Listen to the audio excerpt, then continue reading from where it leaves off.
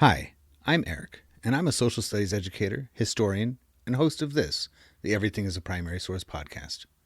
I'm also an avid collector of popular culture artifacts. I love what I find at thrift store outlets, garage sale leftovers, and what I spot just making my way around the built world. I enjoy sorting through boxes of free books and magazines, not to mention online collections like Internet Archive, and of course the Library of Congress. But you don't need to spend your time digging through bins or following online rabbit holes to get a look into the past. The movies and TV we watch, the books we read, and the games we play are all documents of the past. So is fashion, food, music, toys, even the roads we travel on and the places we live and work in. Everything is a primary source. This podcast is the result of exhibiting these kinds of artifacts in public, getting passersby to select an item they connect with, and then chatting with me to see what it says about the time, place, and people who made it. The conversation you are about to hear, therefore, is your history, my history, our history, through popular culture.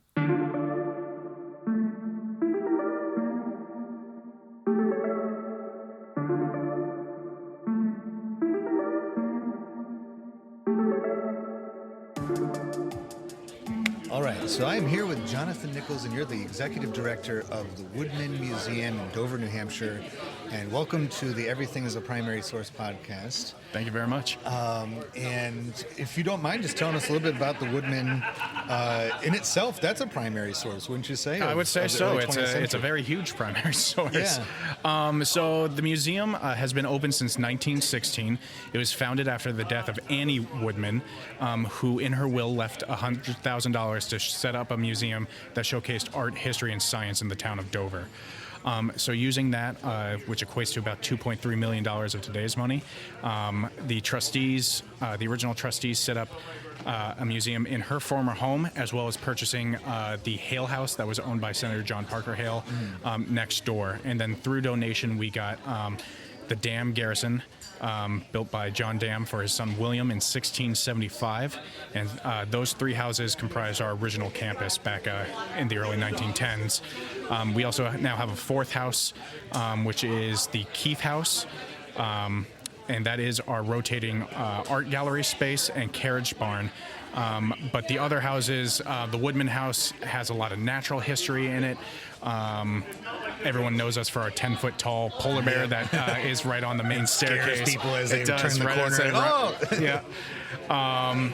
We have military history, children's history, school history, and indigenous people's history.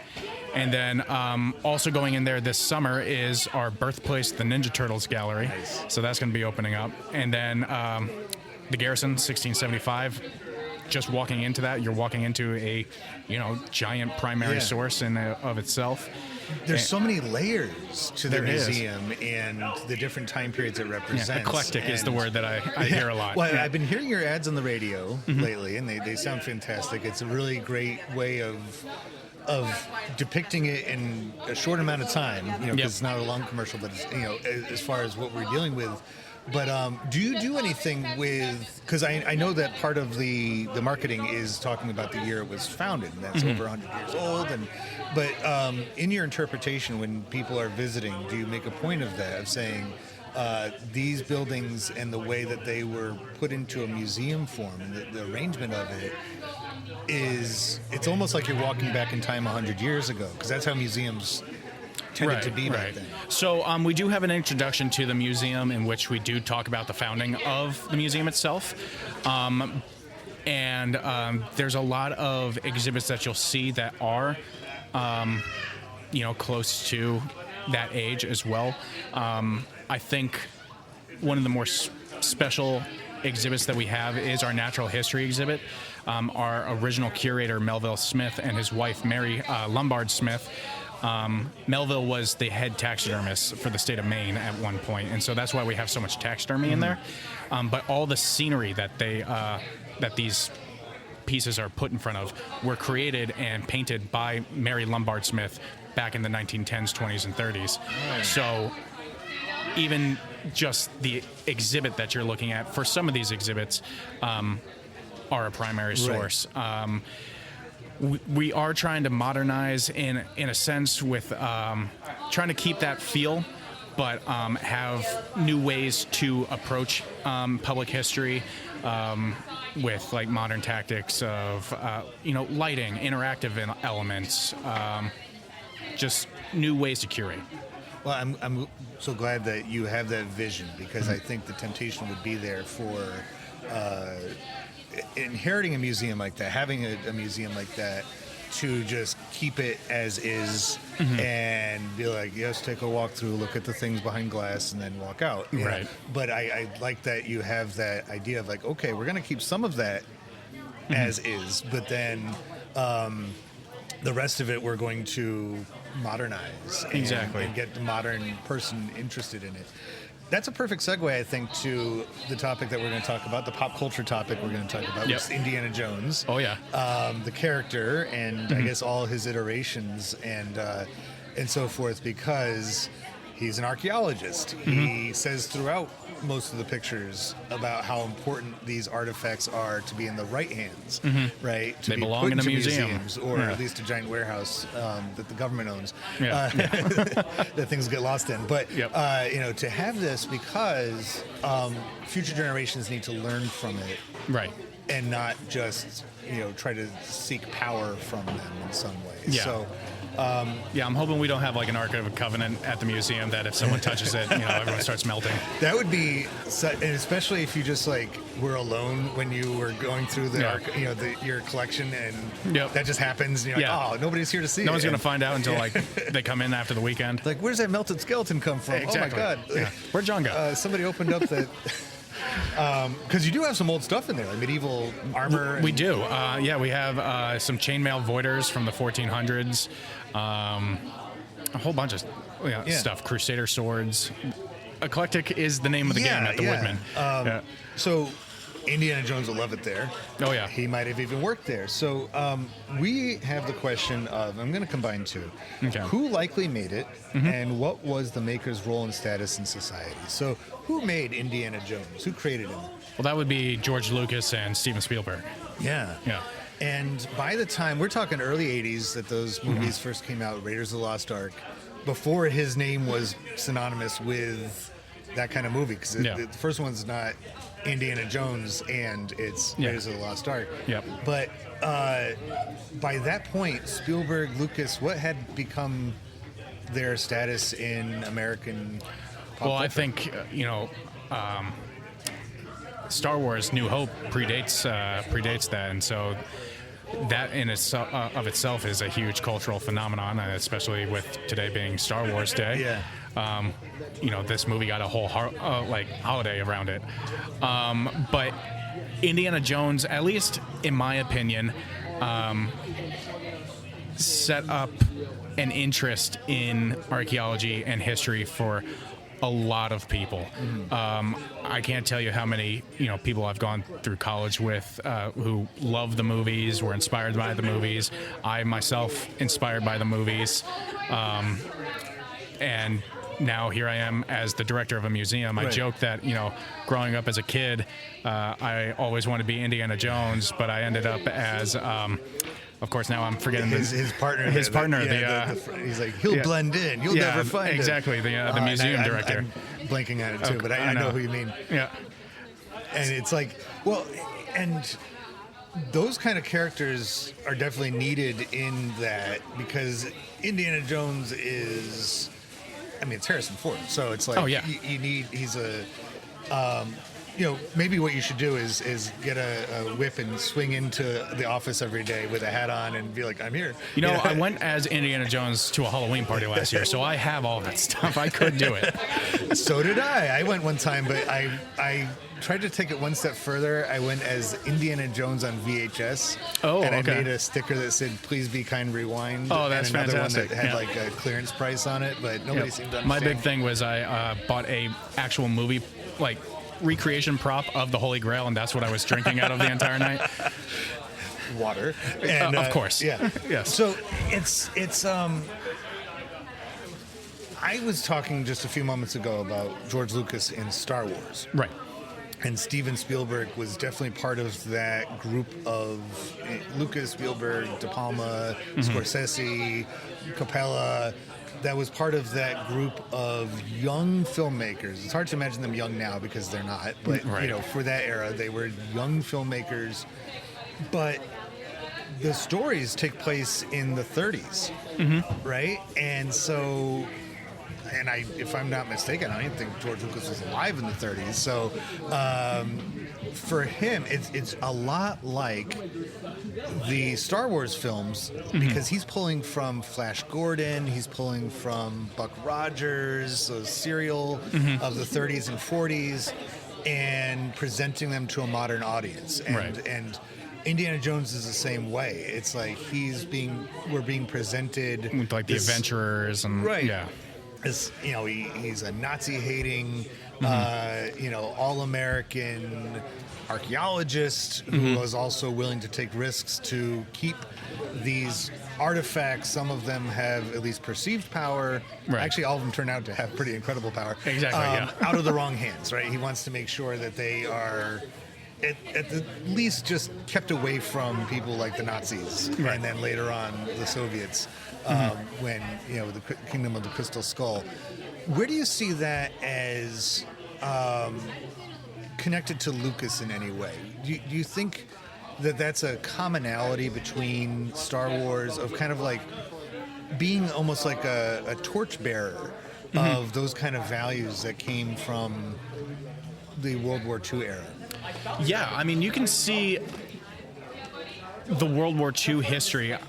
I don't know too much about George Lucas himself, but I feel like he's a big World War II buff because, I mean, obviously you look at Indiana Jones, it's right in your face. The first three movies, he's fighting the Nazis.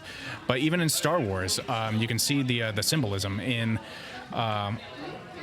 Star Wars with, like, the stormtroopers and kind of how the regime is basically the Nazi regime. The uniforms on the officers are very and so Nazi-looking. You can see the World War II history. The dogfight video, they use footage of dogfights to make the TIE fighters flying around. Yeah, yep. And, let's involve Spielberg in this as well. To my knowledge, I'm pretty sure Spielberg's father was a World War II veteran. And his first movie making when he was a kid was with his buddies donning all their dad's World War II uniforms and helmets and stuff like that, and making World War II movies in their backyard. Yeah, and he's got one of the greatest World War II movies of all time with Saving Private Ryan. Yeah, so. and that was almost like, and I think I saw him interview with him. Like, that was full circle for him of like, that's how I got. So from World War II comes these really great stories, tropes, themes of good versus evil. Right. In reality, I'll never forget my brother saying to me one time, we were watching the History Channel, which back in the 90s was actually history. Right. Well, actually history, but all they did was talk about the Third Reich, and it was one of those many things about that. And they showed like Hitler's, mountaintop lair, the eagle's nest. Yep. And I said to him, what's with these like comic book size, he seems like a comic book villain.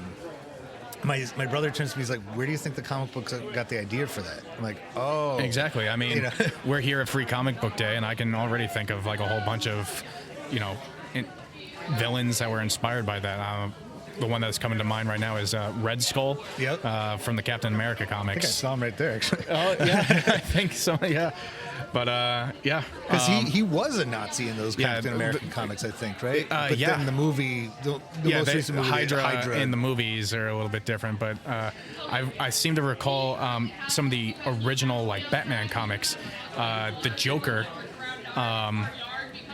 huge villain for Batman, but is helping these Nazis in one of these comics, and then finds out, oh wait, they're actually Nazis, and then turns on them, and then the Joker in the sense becomes the good guy because he's like, I might be a villain, but I'm an American villain, right. And like it's like, well, at least we have those guys. The Rocketeer has an element of that too. With the mobsters are, they're bad guys because they're mobsters, but then at the very end when the Nazis show up, they turn back and say, well, we're, go get them, kid, like, we're Americans first. And it's like, those are the attitudes that Lucas and Spielberg were growing up with. Right. I think they were both born before or during World War II, so they were steeped in that attitude. And by the time you get to the 1970s, again, I was just talking about this with Star Wars. It's with the bicentennial. It's like people were thinking a lot more about American values, and all that hope and promise of a post World War II era had definitely faded away. Right. And Star Wars was so successful because it broke things down simply again, good versus bad. Right. Indiana Jones repeats that again. It's like good versus bad. Like you're gonna root for Indy no matter what. He's not an anti-hero. Right. He's a hero, right? And so that kind of character creation, and comparing Star Wars, you're right. Like it doesn't take any time at all to start seeing those fascist motifs in Star Wars. A lot of the same symbolism. But it's straightforward in Indiana Jones. Exactly. It's like at least the first and the third movie. It's like he even says, "Oh, I hate these guys." It's like, oh yeah. And so it's like Spielberg and Lucas are taking those very necessary attitudes into the 80s, and kind of again being the torchbearer, the Byzantine Empire of Americanism, right? Yep. So it's. Do you think that either one of them have? Because I was just showing a Spielberg movie in my class the other day. I was showing the 2005 War of the Worlds. And Oh, yeah. I love that movie. I think it's underrated. Yep. We watched The Terminal in another class by the end of the year because once again, everything's a primary source. That's how I teach through pop culture. I always explain him as master filmmaker. That Spielberg is a master. Lucas. I don't know. He kind of dropped the ball after a while. I don't. Yeah, I don't know how to feel about that. Spielberg, I don't think you can argue that he's not. Lucas, I mean, the Star Wars movies are amazing. The prequel movies. At first, I don't think a lot of people really understood it, but I think it's had a lot of resurgence in the past few years, where people get it now and see what Lucas was trying to do and what the actors were trying to do. So I would say, yeah, I mean, it can't be understated what Star Wars and Indiana Jones did.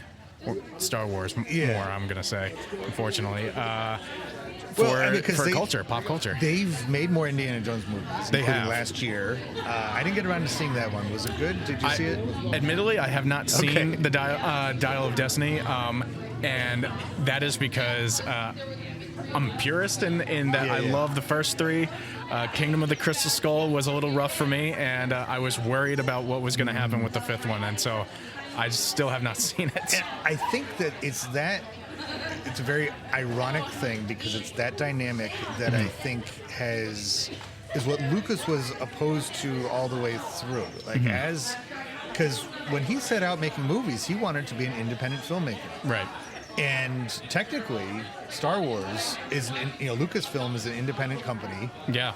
And so it is like the most expensive or most valuable independent movie it's ever been made. Yeah. Is those trilogies. But he didn't like just the oversaturation of it. And so that's why it's kind of funny that we are oversaturated with Star Wars. We are. Because unfortunately, they got bought out by Disney. Yeah. And I mean, I love Disney World. I've been to the Star Wars land a million times. So much it's fun. So cool. But they're also hit or miss. The newer Star Wars movies, it's a coin flip if it's going to be something that people are going to really enjoy or just absolutely hate.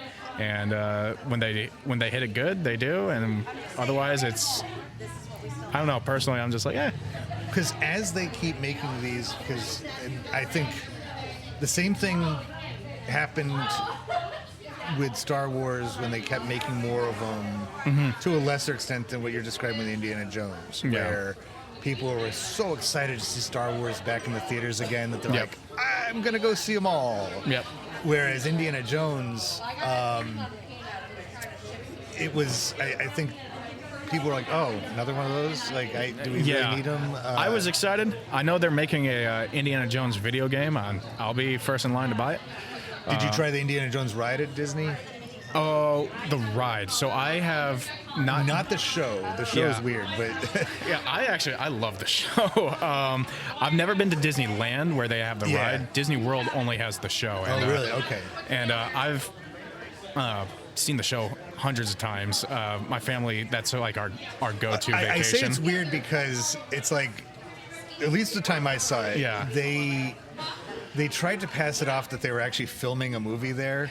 Yeah, it's supposed to be like an interactive thing. We know you're not. Like, just show us the stunts. It's fine.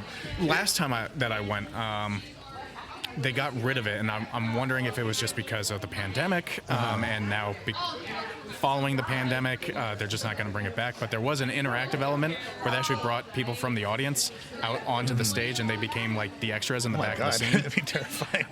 And I did get to do that when I was like 13. It was so cool. What was your role? We were one of the people shopping in the market when Indiana Jones and Marion Ravenwood are fighting the guys, like the acrobatic guys with the swords and everything in the market from Raiders. So like we're the people in the back just like cheering and like ooh ah when there's like people fighting and then people falling off of buildings and stuff. So it was very cool, and as a kid, I mean that just cemented my love for Indiana Jones and had history. it not been for that experience, I don't think your love of that character would be quite as huge, right? That you got to be part of it directly. Well, I thank you so much for being part of this directly. This has been a lot of fun. Thank you so much for inviting me. I think we did a pretty good explanation about Indy, and now I get to add one more thing to the archives. I think so. Thank you so much. Thank you.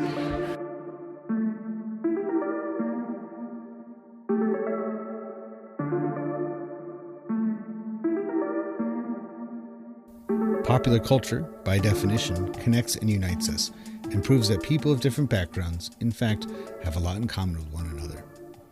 I hope you enjoyed this conversation, at least in part, for that reason. If it connects with you and you'd like to add to it, or any of the podcast episodes, just visit everything-history.com and search for the Everything is a Primary Source project, which can be found in the classroom section of the website. We'd love to hear what you have to say.